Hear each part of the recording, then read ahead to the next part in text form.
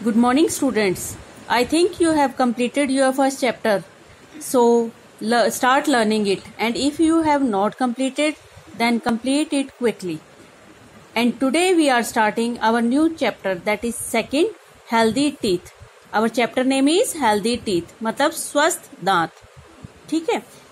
तो now you have seen your teeth in the mirror. If you have not seen, na, see it carefully. Are they similar? No, na, they are not similar. So when we smile when we are happy, and if our teeth are white and shiny, we have something to be happy about. जब हम खुश होते हैं तब हम हंसते हैं और हमारे दांत white और shiny होते हैं तो हम खुश होते हैं उनको देखकर. लेकिन अगर हमारे दांत खराब होते हैं या येलो होते हैं तो क्या करते हैं हम मुंह छुपाकर हंसते हैं. हंसते वक्त हम मुंह पर हाथ रख लेते हैं. तो टीथ हमारे एक्सटर्नल पार्ट है. बॉडी का कौन सा पार्ट है? External part of our body. और दे परफॉर्म मैनी फंक्शंस, वो बहुत सारे काम करते हैं. So it is important to keep our teeth healthy and free from germs. इसीलिए जरूरी है अपने टीथ को हेल्दी रखना और जर्म फ्री रखना, जर्म से मुक्त रखना. तो कैसे हेल्दी रख सकते हो? By brushing your teeth twice in a day. 2 बार ब्रश करके अपने दांतों में, एक बार सुबह और एक बार सोने से पहले. Now these are your fill-ups. In previous class, in second class, you have read something about teeth. On the basis of these fill-ups are given. ठीक है, उसके बेसिस पे ये fill-ups दिए हुए हैं. Now your first fill-up is start from teeth. Start every fill-up from teeth. Teeth help us to dash and dash food. Food को क्या करने के काम आते हैं teeth? Cut and chew, काटने के और उसको फिर चबाने के काम आते हैं. Then second, his teeth help us to dash song. Song क्या करने के काम आते हैं? Teeth sing करने के, गाने के. Next third is teeth are and dash body part. कैसा body part है teeth? External. ठीक है बेटा. Next, teeth must be kept clean by. कैसे clean रख सकते हो teeth को? Brushing, brush करके. Now we will learn more about teeth. Try saying tongue twister without letting your tongue touch your teeth. मतलब इस tongue twister को बोलने की ट्राई करो बिना टंग के टीथ को टच किए. टंग टीथ को ना टच करे, इस तरह बोलो. 33,000 thieves without teeth. तो बिना टच किए क्या तुम बोल सकते हो? Was it easy or difficult? क्या वो easy था या difficult था? ऐसे बोलना, बोलकर देखो. वो डिफिकल्ट है. क्यों? क्योंकि बिना टंग टीथ को टच किए, ठीक है, टंग टीथ को बिना टच किए हम बोल नहीं सकते. तो teeth help us in speaking, in chewing food, in singing. तो many functions we can do with our teeth. तो we will read more about our teeth. Teeth are present inside our mouth. They grow from jaw bone which are covered by gums.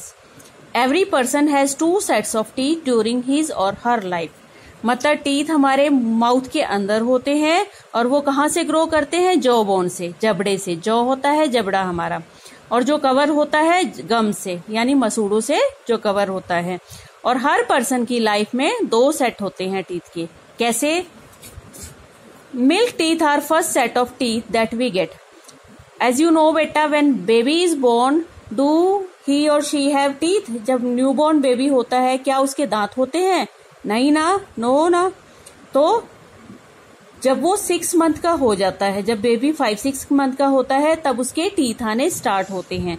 तो वो जो teeth आने start हुए और 2-3 साल तक आए, वो क्या कहलाते हैं? Milk teeth. क्या कहते हैं उन्हें?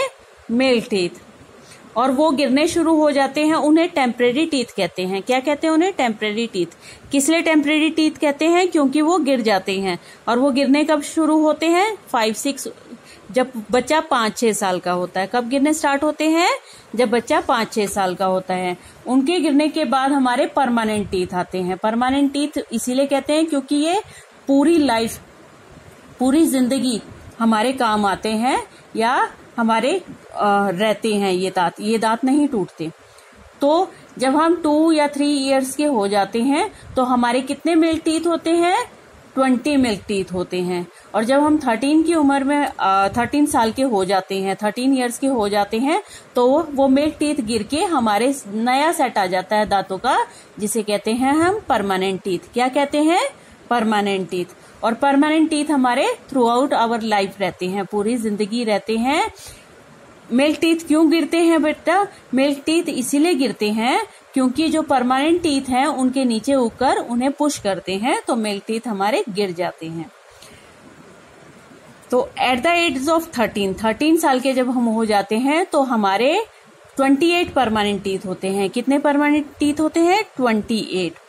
और जब 17 से 25 साल की उम्र में, 17 से 25 की एज में हमारे और टीथ ग्रो होते हैं, विजडम टीथ जिन्हें कहते हैं, यानी अक्कल जाड़ जिन्हें कहते हैं, अक्कल जाड़ कहते हैं ना, तो वो ग्रो होते हैं 4। वो कहाँ ग्रो होते हैं? 1 wisdom teeth grows at the end of each jaw. ये देखो, ये जबड़ा है तो इसके एंड पे 1 ग्रो होता है। एक साथ नहीं ग्रो होते हैं, एक एक करके ग्रो होते हैं। ठीक है, तो ये 4 ग्रो होते हैं। फिर जब हम 25 साल के बाद या 25 इयर्स में हमारा पूरा परमानेंट दांतों का सेट आ जाता है, जिसमें कि पूरे सेट में कितने टीथ होते हैं हमारे? 32। कितने टीथ होते हैं? 32। 16 each in upper and lower jaw, मतलब ऊपर वाले जबड़े में भी 16 और नीचे वाले जॉ में भी 16। ठीक है, अपने पेरेंट्स के टीथ काउंट करना, अपने फादर के, मदर के, उनके 32 टीथ मिलेंगे, तुम्हारे नहीं मिलेंगे। अपने भी काउंट करना और रफ नोटबुक में उनकी काउंटिंग लिखना, अपने टीथ की और अपने पेरेंट्स के टीथ की। और तुम्हें, क्योंकि ये परमानेंट टीथ आने के बाद ये पूरी लाइफ चलते हैं, इसीलिए इनकी हमें केयर करनी चाहिए, देखभाल करनी चाहिए। कैसे देखभाल कर सकते हो उनकी? By brushing twice in a day. तो सबके सब 2 बार ब्रश करते हो ना?